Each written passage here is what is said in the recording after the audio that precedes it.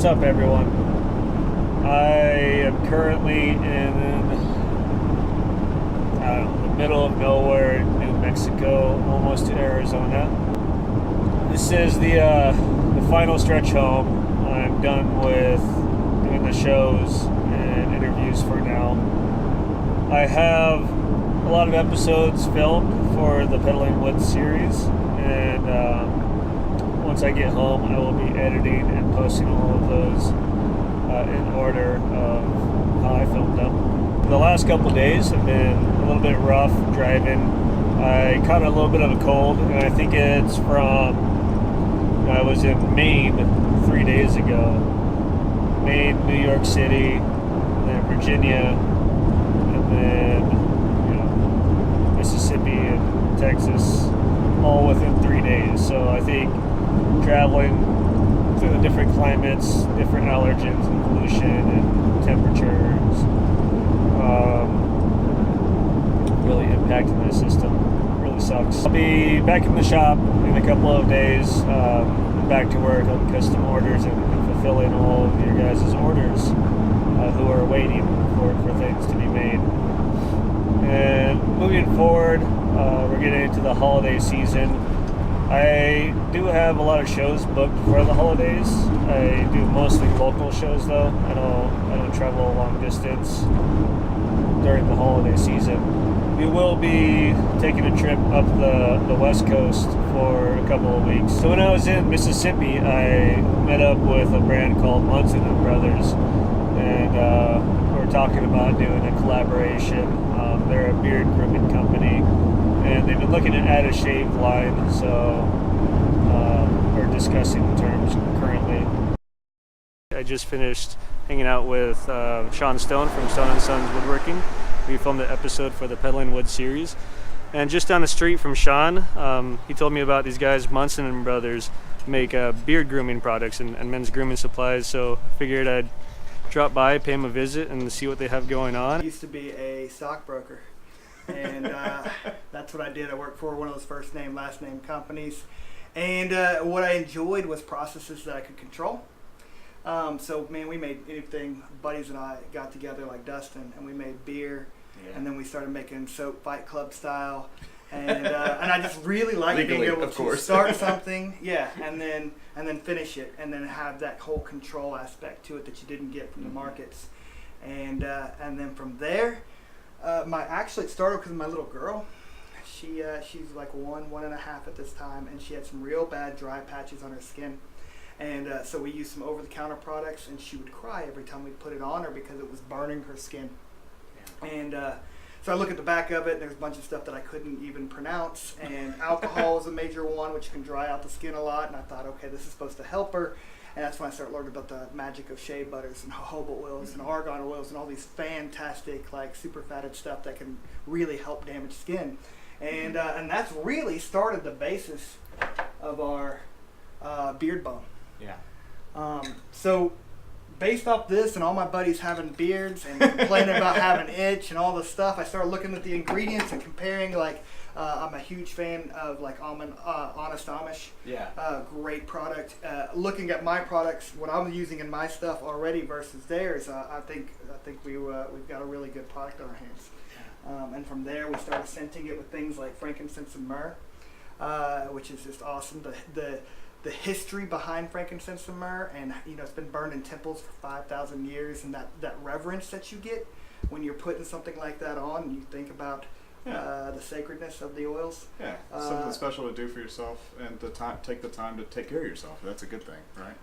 It creates that mindfulness, and so we're hoping that with our products, that with a little bit of reverence to the different oils, this is we call this Wildlings, but it's actually Thieves Essential Oil Blend, which is a 500-year-old essential oil blend. A little bit of that reverence, a little bit of that mindfulness, hopefully will transcend through somebody's day. Dustin and Ryan from Munson And Brothers. Check them out on Instagram. I also interviewed James Waters Creations in Texas, and it's kind of funny. We started following each other. This is the magic of Instagram, right? Or the magic of social media. James and I started following each other about 4 years ago, and we've chatted over the years. And it's kind of funny because he looks like he could be, an identical twin to my dad, and his dad looks just like him also. So there's definitely some connection there in our genes. We don't know how we're related, but we got to be related somehow. After meeting up with James Waters Creations, I went over to this little cafe called El Gato in Houston, Texas. And James, he built some of the display cases and catwalks and stuff for this cafe. They're doing something really cool. Their cafe, it's a coffee shop and cat adoption clinic house thing.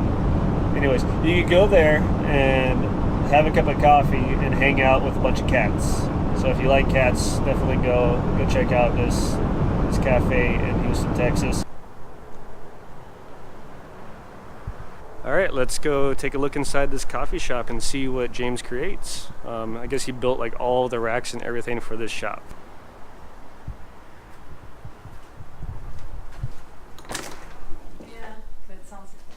Hello, welcome. So we are not just a cat cafe, we are a foster home for about 10 to 18 cats depending on the day. All the cats are adoptable and they're all from Friends for Life, which is a no-kill shelter.